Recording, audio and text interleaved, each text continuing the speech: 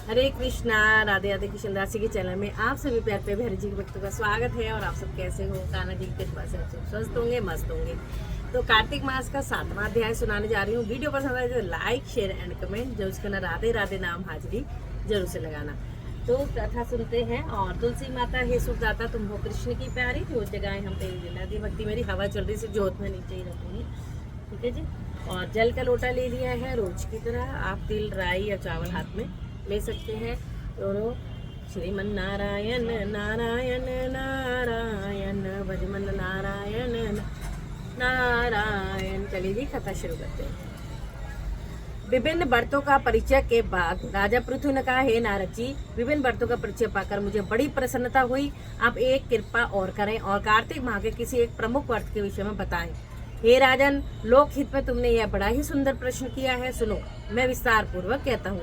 नारद जी ने कहा, कार्तिक मास से परम पवित्र और पाप नाशक व्रत है तख्त व्रत। सौभाग्यवती स्त्रियों का यह व्रत अवश्य करना चाहिए। हे राजन, व्रत करने का जो विधि विधान ब्रह्मा जी ने मुझे बताया है वही मैं तुमसे कहता हूँ, ध्यान पूर्वक सुनो।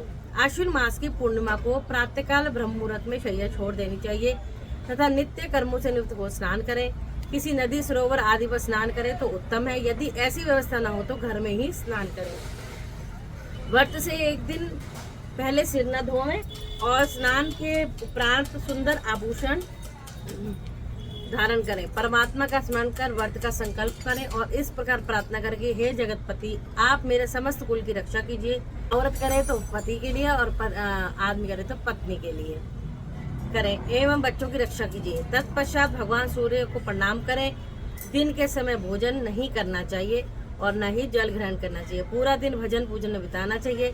हे राजन, सायंकाल में चांदी के पात्र में दूध डालकर ब्रह्मा जी का पूजन करना चाहिए। ब्रह्मा जी की सोने, चांदी अथवा तांबा, मिट्टी की मूर्ति बनानी चाहिए। उसे लाल वस्त्र पहनाएं और विधि पूर्वक पूजन करें। चांदी के पात्र में रखे दूध को सोने की मथानी से मथे और प्रार्थना करें कि हे ब्रह्मा जी, मेरे पति या पत्नी और संतान की रक्षा करें। उन्हें धन दाने से युक्त और चिरंजीवी करें। नित्य प्रति पंचदेवों का पूजन करें। तत्पश्चात ब्राह्मणों को भोजन कराएं।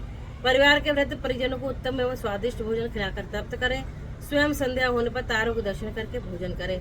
आश्विन शुक्ल पक्ष की पूर्णमासी को किया गया यह व्रत ब्रह्मा जी का तख्त व्रत कहलाता है। यह व्रत सभी प्रकार के पापों को नष्ट करता है तथा मनोकामनाएं पूर्ण होती है।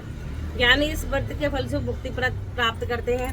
ब्रह्मा जी के सम्मुख इस दिन कपूर प्रज्वलित करने से साधक को वृषदान एवं गोदान का फल मिलता है। जो साधक ब्रह्मा जी को केसर, कस्तूरी सहित कपूर चढ़ाता है उसकी कई पीढ़ियां ब्रह्मलोक को प्राप्त होती हैं। जो श्रद्धालु महिला इस दिन वस्त्र दान करती है वह वर्षों तक बैकुंठ में वास करती है। गहने दान करने पर ब्रह्मलोक की प्राप्ति होती है। बोलो श्री हरि विष्णु भगवान की। तो ये मैंने आपको 7वां अध्याय बताया है। चलिए जी, आरती कर लेते हैं। तुलसा महारानी नमो नमो, हरि की पटरानी नमो नमो। कौन से महीना बुद्ध सरानी, कौन से महीना हुई हरियाली, आषाढ़ महीना बुद्ध सावन मास हुई हरियाली। तुलसा महारानी नमो नमो। महीना हुई तेरी पूजा, कौन से महीना हुई सगाई, कार्तिक मास हुई तेरी पूजा, मुक्सिर मास हुई सगाई। तुलसा महारानी नमो नमो। काम बैठी तुलसा, काम बैठी शालिग्राम, कमला बैठी तुलसा, आसन बैठी शालिग्राम। तुलसा महारानी नमो नमो। 56 भोग 25 व्यंजन बंतु से ने एक भी पूजन। तुलसा महारानी नमो नमो। जो तुलसी में जी की आरती गावे बसी वैकुंठ परम पद पावे। जो तुलसी में जी की आरती गावे मनवासित सिद्ध सिद्ध पावे। तुलसा महारानी नमो। तुलसी माता ही सुखदाता तुम हो कृष्ण की प्यारी, जोत जगाए हम तेरी दिला। आप सभी स्वस्थ रहिए, मस्त रहिए, श्री हरि के चरण लगे रहिए, श्री जी के चरण से लगे रहिए। मैं तुलसी महारानी से प्रार्थना करती हूँ और मैं खुद भी ऐसी सेवा पूजा करती रहूँ। जय जय श्री राधे। आप नाम जप कर सकते हैं अभी, ओम नमो भगवते वासुदेवाय, श्री राधा करके। और आप प्रदक्षिणा यानी कि परिक्रमा भी लगा सकते हैं। 4, 11, 21, 51, 101, 108 जैसे आपको हो पाए, ठीक है। जय जय श्री राधे।